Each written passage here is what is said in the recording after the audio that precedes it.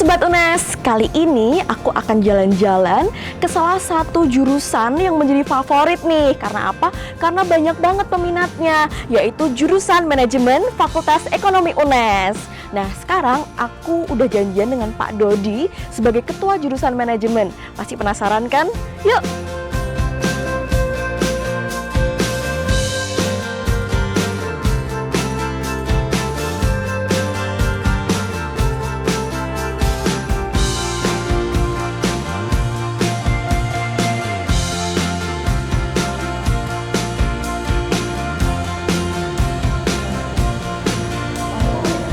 Assalamualaikum.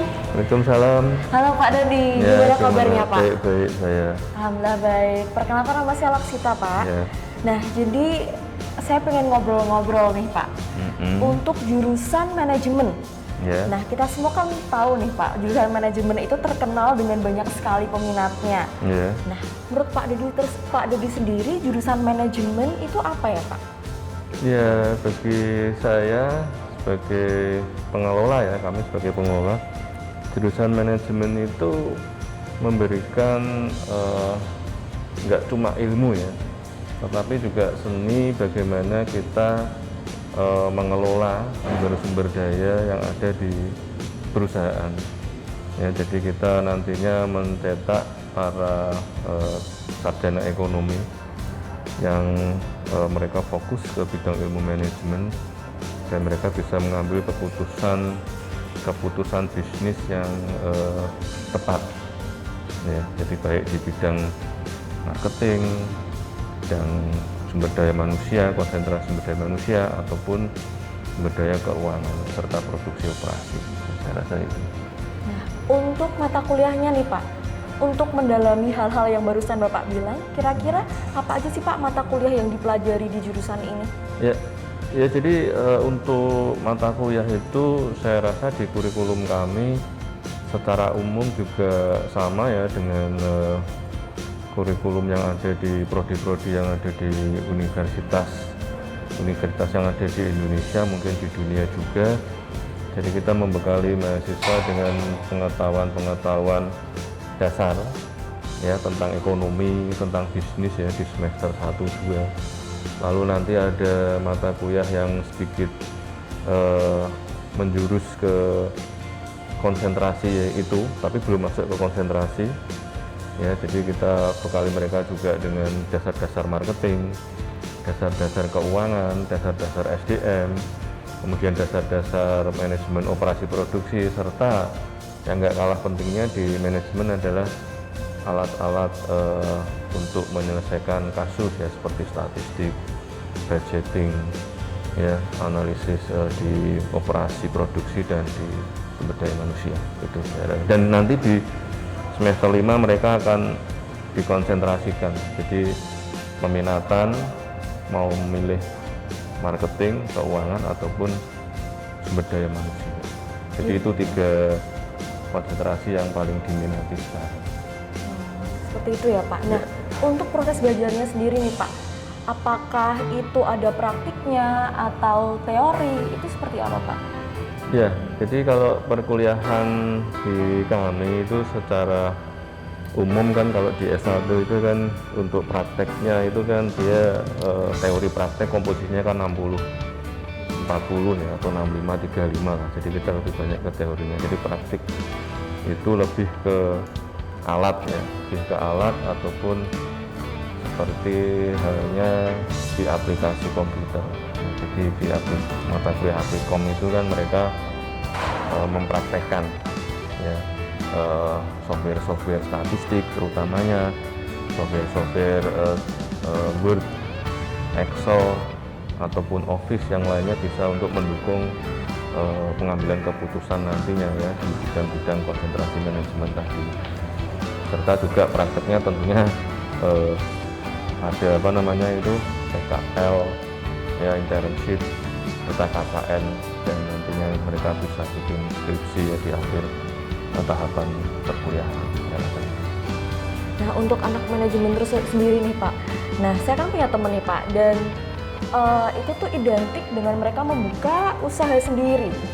Kalau boleh tahu, apakah itu termasuk dari kurikulumnya atau seperti apa gitu Pak? Ya, jadi salah satu profil lulusan yang akan kita capai di samping sebagai manajer, lalu analis riset, manajemen, ekonomi secara mikro, kita juga ada profil di mana membentuk lulusan yang nantinya bisa menjadi wirausaha atau entrepreneurship. Ya, jadi memang kita sedikit banyak memang mulai fokus ke sana di samping hal-hal yang sifatnya digitalisasi ya.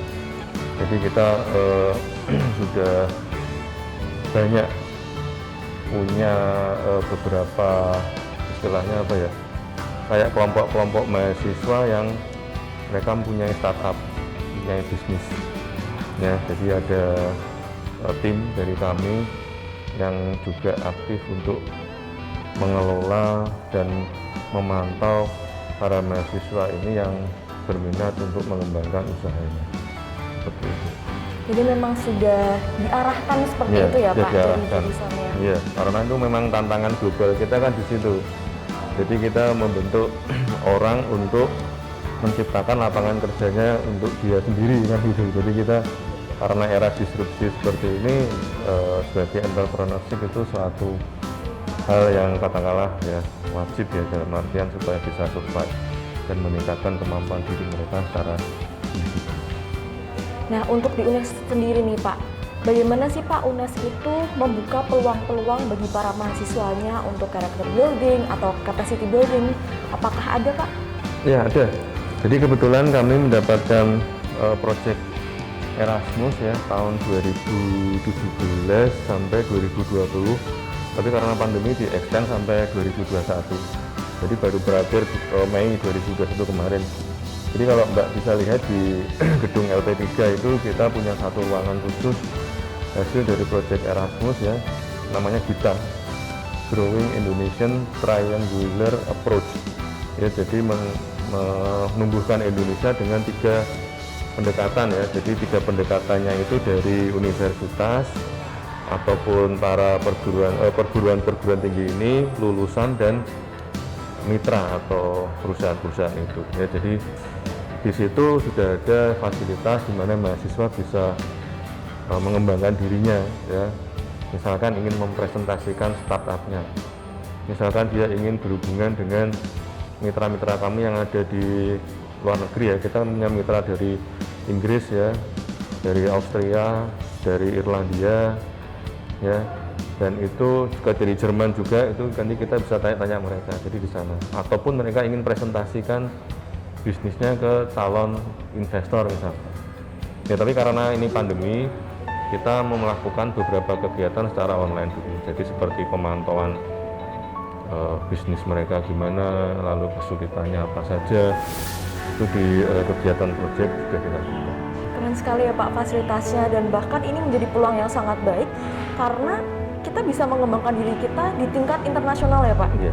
Wah, Iya. keren banget Pak. Nah, saya ingin tanya lagi nih Pak, gimana sih Pak prospek kerja ke depannya untuk lulusan dari manajemen ini? Ya, saya rasa prospek dari lulusan jurusan manajemen tetap bagus ya. Karena di samping ilmu yang kita berikan, kita juga dengan skema yang ada dari universitas bidang akademik itu kan kita juga menggalakkan peran serta dunia usaha dan dunia industri untuk proses belajar mengajar kita. Ya, kemudian kita juga memberikan banyak peluang kepada para mahasiswa untuk mendapatkan sertifikasi kompetensi. Jadi perlu saya informasikan juga, mahasiswa kami ini sangat diwajibkan untuk lulus dengan sertifikasi kompetensi. Jadi kita sudah ada mitra dengan beberapa perusahaan ataupun lembaga yang kompeten untuk memberikan sertifikasi kompetensi baik marketing, keuangan ataupun bisnis.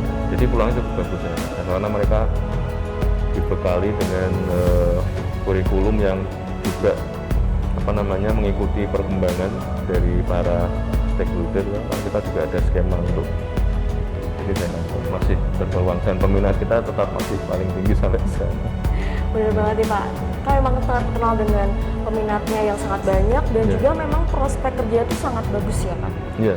Nah, kira-kira nih Pak, apa sih karakter yang harus dimiliki untuk lulusan dari jurusan manajemen ini Pak? Ya, karakter yang utama ya saya rasa sekarang adalah kita tidak mudah menyerah. Ya, kita mau berusaha, kemudian juga kita aware terhadap lingkungan, peduli, dan kita istilahnya kayak berpikir sebelum bertindak. Ya, jadi tapi yang utama bagi saya adalah kita adalah resilience. Ya. Resilience itu kan nggak mudah menyerah. Ya, kalau kita punya mental yang fragile atau mudah rapuh itu kan gampang menyerah, gampang istilahnya ya kayak nggak mau melanjutkan lagi. Nah, itu saya tekankan mahasiswa supaya bisa mandiri dan resilience tadi.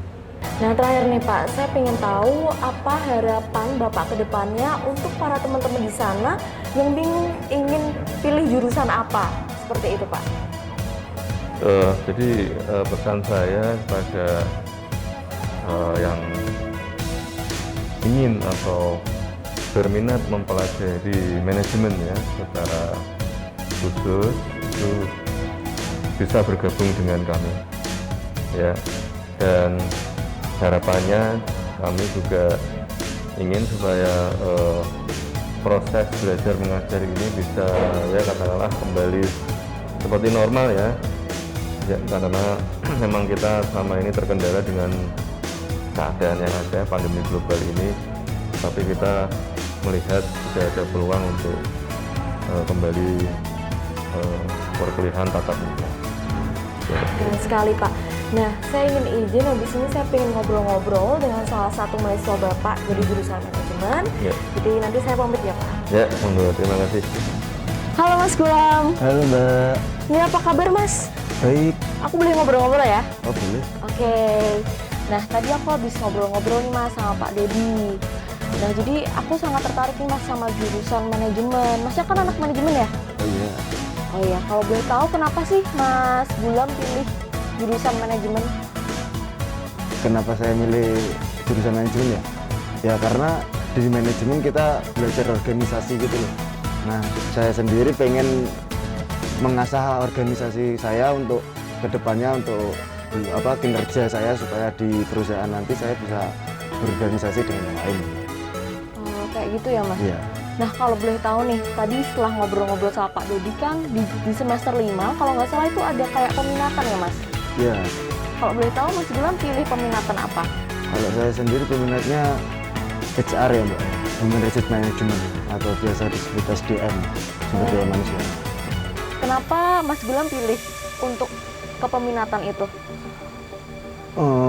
Milih SDM sendiri karena saya ingin mengetahui karakter diri seseorang ya Mbak ya. Karena di SDM sendiri kan belajarnya tentang individual, tentang kinerja karyawannya.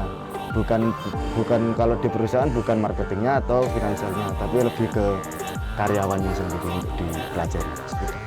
Oh ya juga, kalau boleh tahu, kalau yang di semester 5 tuh peminatannya selain yang tadi sumber daya manusia ada apa lagi sih Mas? Ada 3 sih Mbak, sumber daya manusia, keuangan, sama marketing, pemasaran. Oh kayak gitu. Iya. Mas Gulam tahu nggak sih kalau yang selain sumber daya manusia yang marketing dan apa tadi keuangan ya? Keuangan. Itu nanti kira-kira mereka belajar tentang apa itu Mas? Kalau marketing sendiri pastinya penjualan perusahaan ya. Tapi kalau keuangan mungkin tentang pembukuan keuangan perusahaan itu sendiri. Gitu. Kalau setahu saya situ.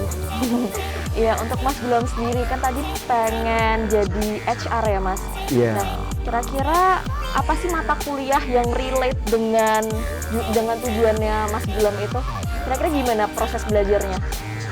Untuk proses belajarnya mungkin kalau yang relate semuanya relate. Cuman di sini yang ditekenin itu tentang karakter ya, mempelajari karakter seseorang supaya besok kalau kita jadi HR kita tahu nih bakal kayak gimananya si karyawan kita. Jadi kita pendekatannya lewat karakter mereka masing-masing. Jadi kita harus paham karakter per karyawan kita. Pendekatannya seperti itu sih. Oh, Oke, keren banget nih Mas Gulam. Nah, ini terakhir nih Mas, apa pesan dan harapan Mas Gulam untuk para teman-teman di sana yang masih bingung nih pengen pilih jurusan apa dan mungkin bisa fokus ke yang jurusan manajemen. Kira-kira kenapa nih kita harus masuk jurusan manajemen? Aku untuk yang masih bingung, mungkin yang SMA mau ke kuliah ya. Iya, betul. Kalau pengen tahu manajemen, mungkin kalau senang berorganisasi atau enggak yang senang bersosial lah, pengen ngasah ilmu manajemennya sendiri, mungkin bisa masuk manajemen. Oke, makasih banyak Mas Gulam. Nah, kira-kira itu nih teman-teman obrolan aku dengan Pak Dodi dan Mas Gulam. Jadi untuk teman-teman yang memang berminat untuk masuk ke jurusan manajemen boleh banget nih. Tapi untuk kalian tetap bisa pilih apapun itu, terserah dengan pilihan kalian. Nah, untuk teman-teman jangan lupa untuk tulis komen di bawah kira-kira jurusan apa lagi nih yang harus kita cari tahu. Nah, selengkapnya di Baja. Belajar apa? Jadi apa?